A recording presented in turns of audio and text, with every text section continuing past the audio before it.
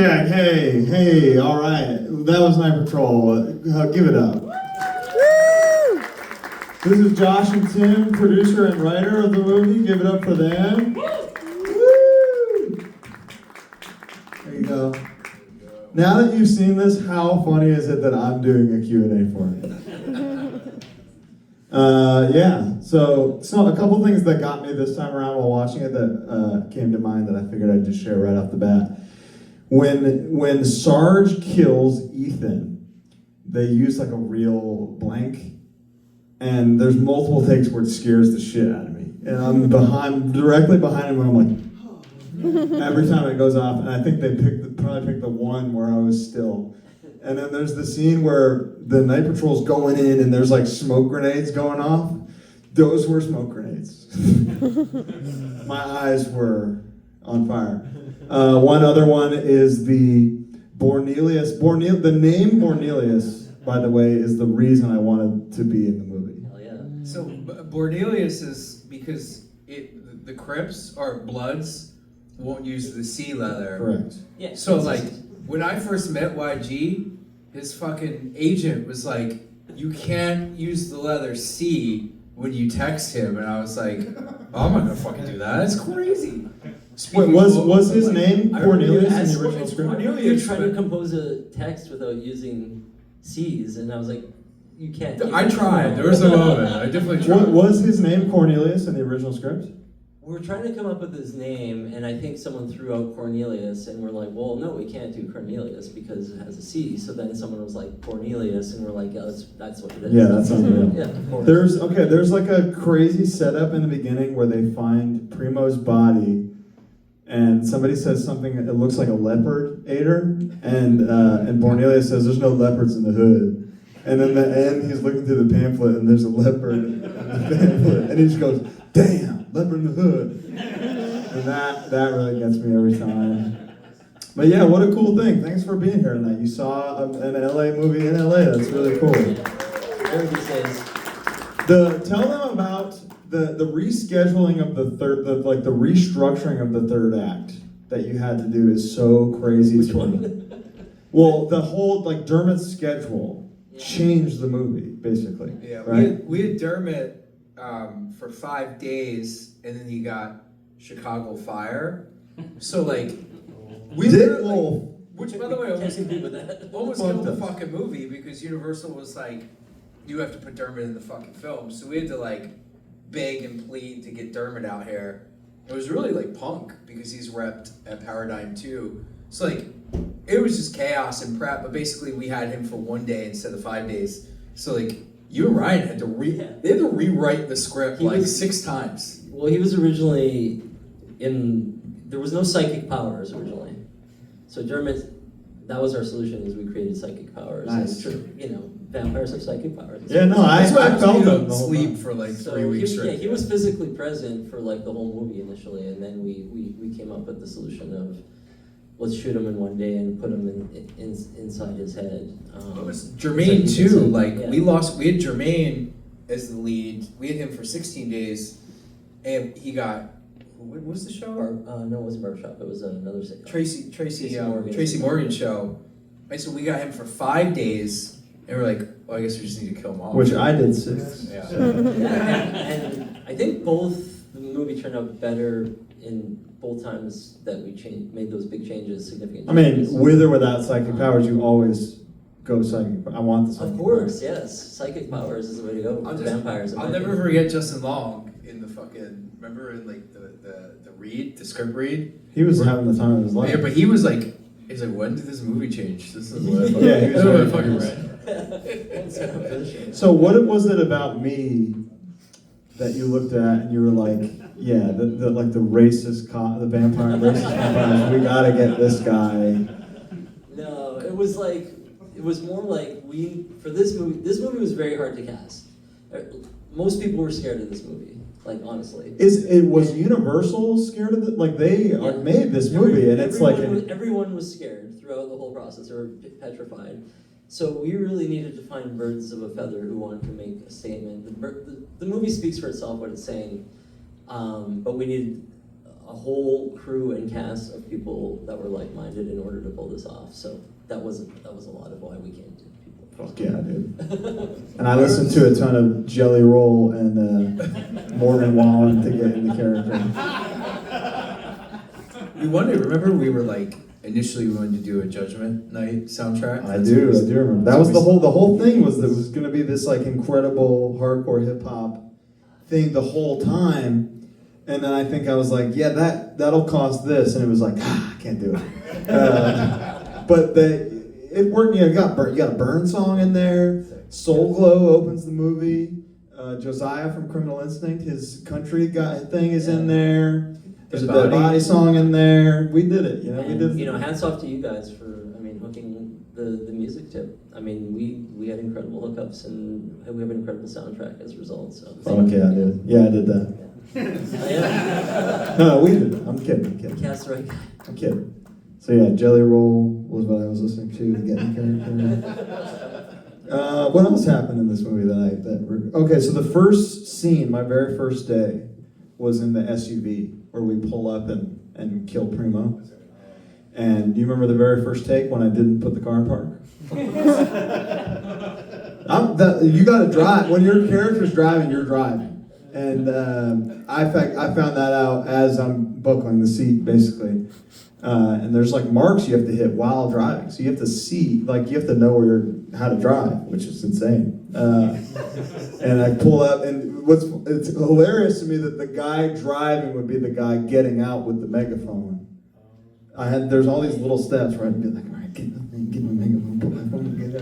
You almost killed CM Punk. And I almost killed CM Punk, and I almost crashed 2 movie cars, like second one of acting, which was cool. WWE history would be different. That's right. That's right. All right, so you want to open it up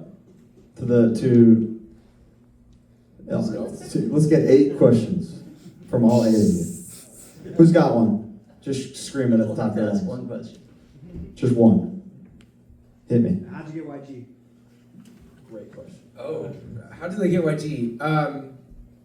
His agent was just kind of like, a lot of this movie, because we shot here in Los Angeles, like the talent just kind of came to us. But I was friendly with his agent, who also repped RJ, and he was just kind of like, yo, what do you think about fucking YG for this movie? I was like, oh fuck, like, is that real? And then like, funny story, were you on that Zoom? No. We did a Zoom with YG. By the way, I just heard the tales. YG's the coolest motherfucker in the world. He produced the movie. Yeah, he was the EP. He was our gang consultant. He made sure everything was legit. So. That's not a joke. They rewrote the game. He named the gangs. Life is like, we were in the projects at like 4 a.m. He would just be behind me eating Lunchables, like giving me notes. Like, what even is life? But first fucking Zoom, he comes on fucking topless, just in the Zoom. And he's wearing like a red Philadelphia Phillies hat. I'm from Philly, so I'm like, oh shit, fucking Phillies, bro. He just took the hat and just turned it backwards. And I was like, fuck. That's not what that means.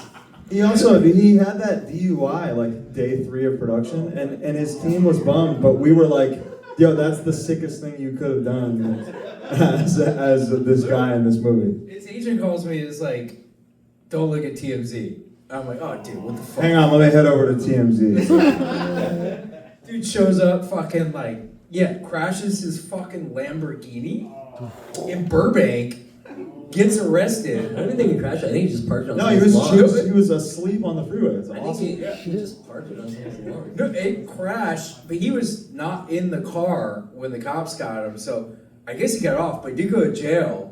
He fucking showed up. Like, He showed up. with his kids, and they were just like, Dude, it was the coolest. Nailed the scene. He was on time. He was on time too. He was method, man. What are you gonna do? You know what? We had a YG Connect. There was one even before you were on the project. Somehow we got a read from YG, and Ryan, the director, actually went to his concert to meet up with him. And it was, at that time, he we didn't were want to talking- play a cop. He That's was, what it was. well, yeah, we were talking about him as the lead initially, and I just remember he had read the script, and Ryan went to the concert, and backstage they had a quick exchange, and he was just like, "That shit hard." And he's like, so you're gonna do it? And he's like, yeah. Fuck yeah. And then like that was like, Yeah, I think it's like 7 years ago. he'd come back and be like, I'm not playing a fucking cop. Yeah. Which is fair. He don't want to do the research and listen to the jelly roll before he gets in here. It's a lot of work. Do you remember his bodyguard gloves? Yeah, he was dope. Yeah, he had a bodyguard named Gloves because he had fucking brass knuckles like on his chest. Yeah, we asked him why he was called gloves. He said you don't want to know. That's right. Pretty sick. Wore bulletproof vests. Pretty sick. What else we got? Hit me. You, sir. How uncomfortable was Punk smoking that cigar? You know, I think he had fun with it, and I had fun making fun of him. You give him a hard time. Yeah, everybody gave him a hard time. I think he was having fun doing it for the first. He was like, I don't know how to do this. This is good for me. But I think ultimately he was comfortable with it, and you know, he don't get to do that. So we're pretending up here. I don't know. It's we incredible. gave him an out. He was just like, no man, I'm a He's fucking sniffing actor. coke off the knife, you know? And okay, so the part where he's like jazzing up the boys and I'm in the back, for some reason we were doing this bit where like me and Mike Ferguson, who was with me, if you notice, Glenn Danzig was thanked in the movie because Mike Ferguson is wearing a Danzig belt buckle the whole movie. Josh, you're Danzig's boy, right? You gotta set me up. And so me and Mike are like drinking this water. The vodka's clear, right? Yeah. It's clear? Yeah. So we're drinking vodka. I don't know. And the whole bit is that I like down the bottle before he can have any.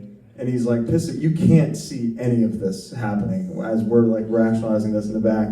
And we did it maybe 5 times, which was probably like 160 ounces of water. And I projectile vomited like all over this fence. I didn't tell anybody. The jelly roll really prepared me to projectile vomit. But I think he liked the cigar. I liked the clear fluid too. It was fun. It's fun to pretend with your friends. You know. What do we got? Hit me. What was your toughest scene for your first film? Me? Yeah, you. Oh shit. I think there were 2. There's the one where we bust into the guy's house and I ask him if he likes games. There was nothing scripted. Like that wasn't. I think that was supposed to be very fast. And in the moment they were like, "Say something." I was like, fuck. So that was. There was many variations of that. I think I said way crazier stuff a couple times, and they went with that one. And then there's the scene where we're all like standing over him as he's in his like transformation mania, and I was saying crazy shit in that one because that was another one where they were like, say whatever, and I'm calling him a lot of stuff, and I don't none of it made it. So I'm just standing there smiling at him. So that was difficult to narrow down what horrible things to call Justin Long as he's sitting there. Pretty cool. He's cool. Justin Long he's what a pro. Poor Justin. Dude, the best. The greatest. That was like in my first scene he walks by and he like looks at me, and as I'm in this movie with Justin Long, he walks by and he looks at me and I'm like, that was Justin Long. That's crazy. Poor guy. He was covered in blood A lot. And he was a trooper. Yeah. What else we got? We got one more. I know you. Favorite vampire movie? Twilight 1. First one. You think I'm joking? It's an indie masterpiece. It's an auteur classic. It's beautifully colored. It's beautifully shot. It's a camp masterpiece. I can't say the same about the rest of them. But my God, I'm telling you, you ain't seen this first one in a while. Go back. I watch it all the That time. baseball scene. The baseball scene is insane. And now it works, you know? What about you guys? Time was good to it. Is Ravenous a vampire movie? Sure. Kind of. Yeah. Let the right one in. Uh, The answer's That's probably the best. Yeah. I'll go Lost Boys. Yeah, Lost Place. I guess, you know. Dark. Near Dark's good. Yeah. You know you can't stream that anywhere. Really? It's not anywhere. Hunger. Hunger's good, but I'm telling you, man, this first Twilight, there's something about it. You should check it out. You're laughing. Never I've seen seen Twilight. it. I've seen it. Have you seen it? How recently? Because it's good. Is this bait? No, I swear to God. My wife is in the back. She can attest. I watch it all the time. So she said every night. Well, I won't go there, but It's good. Jackson Rathbone just started following me on Instagram. That's what's up. He's the racist guy, one. right? Yeah, he's the. Okay, it makes Yeah, he sense. was a Confederate soldier. The big reveal is that he's like He took you. Night Patrol the wrong way. Exactly. He should have been in my trailer with bumping Jelly Roll with me to this shit, dude. Fucking crazy. What do we got? We got one more. I believe in you. Last one, and then I'll get the fuck out of here, and you can all go home. Favorite part of shooting in LA? Favorite part of shooting in LA? Why don't you guys take it? Authenticity. Yeah. Authenticity in the, I mean, those projects just don't exist the way they do here anywhere else. First of all. Second of all, we would never have gotten the cast we got. So, I mean, it's just the whole movie hinges on shooting in LA. So, just, I'm glad we got to make an LA movie with LA people and that it worked out. What about you? Portos in the movie? We had access to Portos when we were shooting at Bro, I night. live like a block from Okay, Portos. I got you. Just getting up. Well, not only was it filmed in LA, but it was filmed in the valley, in Pacoima. Right? Yeah. 8 minutes from my house. So I think I had the closest commute of any crew or anybody. Did anybody ever go to the venue Rockies in Pacoima? No. We got, is that Anthony clapping? Or is that Matt? Okay, so it was attached to Rockies. It was this old venue. The base camp like was the parking lot for Rockies, and I just grew up going there all the time, so it was cool. We basically build our base camp like right outside of the projects. And we never really made a unit move. We just kind of like, we shot there, and all of our locations were like just built around the housing projects. So It was a real project in But Pacoima. like being able to shoot in the projects was, everyone was so sweet, and what a fucking dream. It was, yeah. They would be right outside of shots, just like CM Punk. Honey. YG leaned over to me at 4 in the morning one night and was like, you know, I shouldn't be here. That's right. Pretty good. No, What does he that really mean? shouldn't have. Good bit. That was- You had one. How did Punk and you get casted for the movie? Punk and me. Punk. How'd you get you? I was in it before Punk. Wow. So, but yeah, how did that happen? How did we get Punk? Again, just friendly with his. Colin's in this movie? Yeah. Yeah, no, I just friendly with his agent. Sometimes when you're going out for casting, it's good to know some of the reps. They'll basically suggest some names, and then when Punk was brought up to us, it was like, oh holy shit. But his rep like kind of like cornered me in the sense like he's like, how about seeing Punk? And I was like, that'd be fucking amazing. He's like, well, I'll call him right now. And so it's just like all of a sudden I was just talking to Punk. Yeah, Punk about says the that movie. we were gonna make him read, and then as soon as we found out he was interested, we just No, it was just that. It was like Punk wanted to do it. Punk was offered to us in the same phone call that like he just got on a call with me. I was like, well, I guess we're fucking shooting a movie with CM Punk. I was Why like, not? you're not gonna be like, hey, But come in and he read. lives here. That wouldn't have happened if Yeah. we were shooting somewhere else. So it's like, yeah. I'll He work. was also like the ad lib god on this. Like course. it was crazy. I mean, like the whole like any drugs in this car thing in the beginning. Like I don't think that was there, right? And like he would. The way it was his like wrestling brain, like rationalizing like why am I doing this?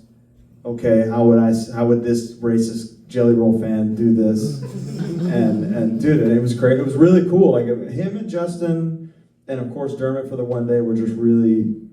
It was like a little like acting class, kind of just standing there. A lot of time I'm just standing there because I'm just listening, going like that was cool. That was pretty cool. Those guys are good. It's amazing how wrestling translates to the screen. I mean, it's just. It's I so mean, much he's got it. scarier. He's got it. You know, there's not 20,000 people standing there. There's a bunch of PAs vaping. And Lord, are they vaping. If the film industry collapses, it will not be from streaming. It will not be from piracy. It will be from all the vaping. Portland. It's crazy. I think, is that it? Unless there's one more, that's going to be it. Okay. Unless there's somebody who's just like, please. No, there's no please. So we're good. That was Night Patrol. Josh and Tim, everybody. It'll be on digital next week. Yeah, February 10th. February And then 10th? Shudder in April. April Yeah. So something. it's- yeah. 17th, I think. April 17th. So Shudder, they got these 1 week trials, right? Free. Check it out, and you can watch it again. And then, but all right, that's it. Have a great day. Thank you all for Thanks, coming. Brandon. Thank you, Brandon, the GOAT. Yo, give it up for Big Chuck from Firestarter in the projection booth. Chuck, all right, Chuck. And Jack, of course. All right, bye, everybody.